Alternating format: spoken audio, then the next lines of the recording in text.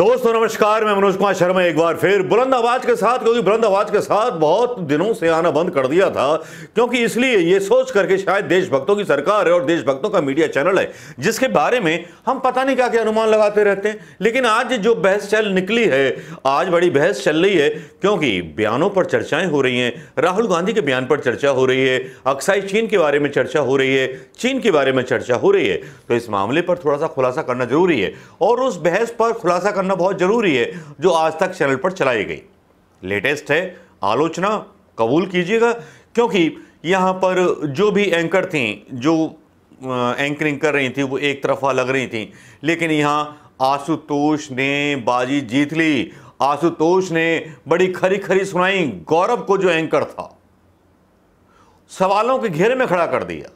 सवाल पूछ लिए तो मिर्ची लग गई, मीडिया को भी लग गई और गौरव को भी लग गई।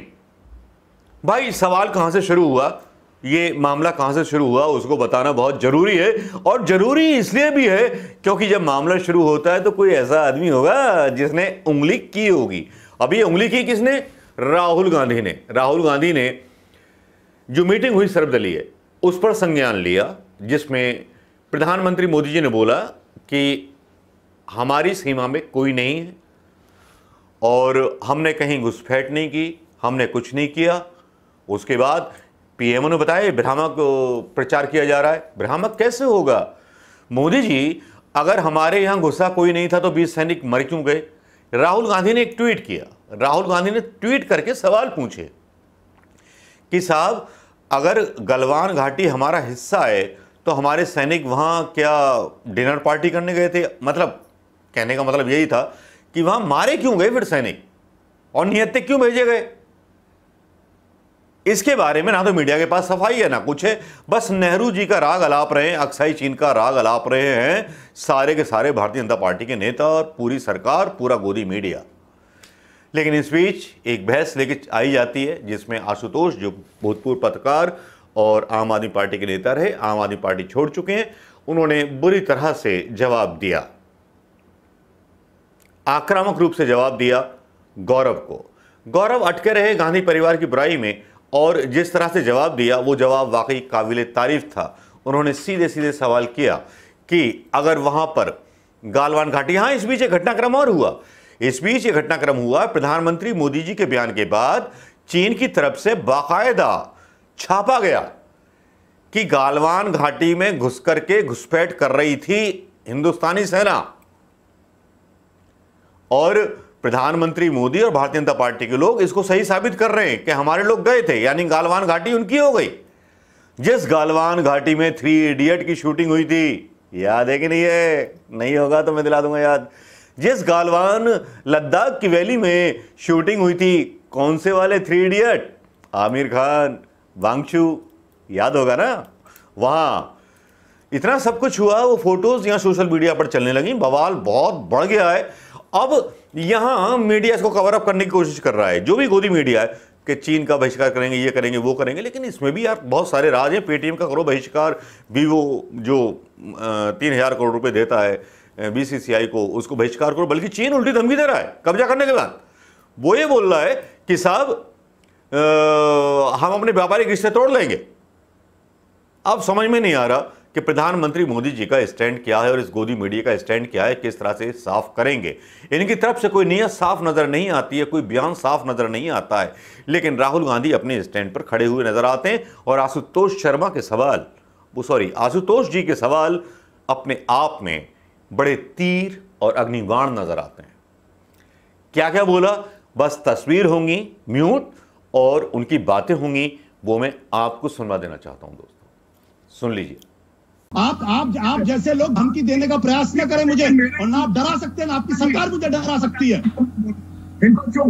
तमीज से बात करें आप।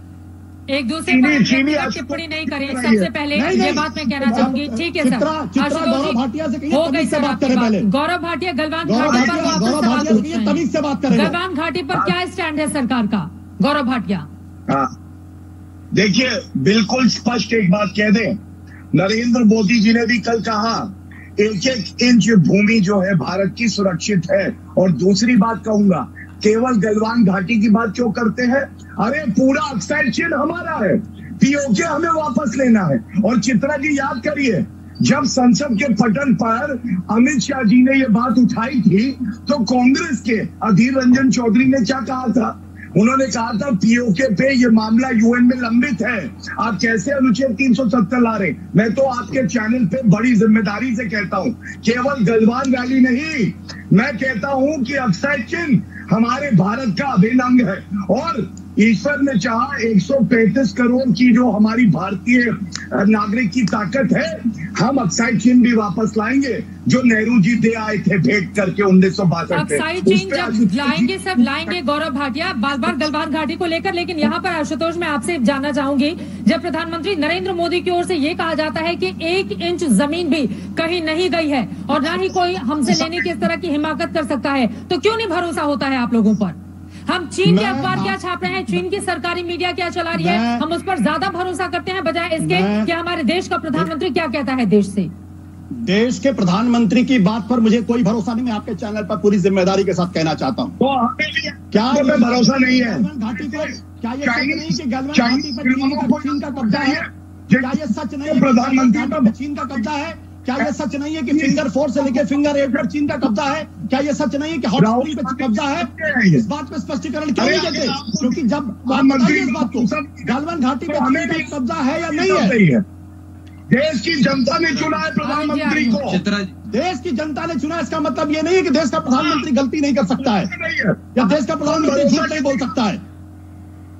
क्यों अपने आप बताइए, क्या बालाकोट एयर स्ट्राइक पे करारा जवाब दिया कि नहीं दिया पाकिस्तान? मैं आपसे पूछ रहा हूँ, गलवान घाटी पे चीन का कब्जा है या नहीं? सवाल का जवाब दीजिए आप।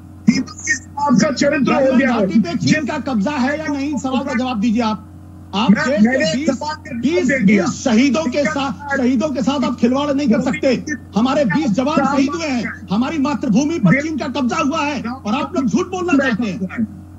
ये रिपोर्ट आपके पास कहाँ से आई है आशुतोष जी कि हमारी जमीन पर कब्जा कर लिया है चीन ने? अरे आप मुझे बताने की जरूरत है? आप सारे तस्वीर पढ़िए, सारी तस्वीरें सैटेलाइट।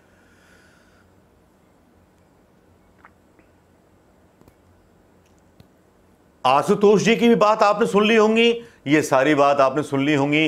राहुल गांधी का वो ट्वीट भी आपने देख लिया होगा, नहीं देखा होगा तो मैं दिखा देता हूं क्या उन्होंने सवाल किए थे। कोई नाजायज सवाल तो नहीं किए थे। जब प्रधानमंत्री खुद बोल रहे हैं कोई हमारी टेरिटरी में घुसा नहीं है, तो इसका मतलब यह है कि आपने गिलगित उनको दे दिया। जो चाइना ने स्टेटमेंट दिया आपने मान लिया। सवाल इस बात का उठ रहा है कि प्रधानमंत्री मोदी को बयान इसकी जगह यह देना चाहिए था कि चाइना हमारी टेरिटरी में घुसाया है, इसको मार के भगाएंगे। क्या प्रधानमंत्री मोदी में हिम्मत है इस बयान को देने की? क्या पीएमओ में हिम्मत है इस बयान को देने की कि चाइना हमारी सीमा में घुसाया है और इसको हम जूते मार के भगाएंगे? 20 जवान मारे जाते हैं, पुलवामा में 40 जवान मारे जाते हैं, लेकिन उनकी जांच नहीं होती। जो दीपेंद्र होता है उसकी जमानत हो जाती है। एक लड़की पता नहीं कौन सी है, कोई नहीं जानता उसको, जामिया मिलिया की थी, पता नहीं कौन थी, गर्भवती थी, उसको जेल में डाल दिया जाता, उसकी जमानत नहीं होती।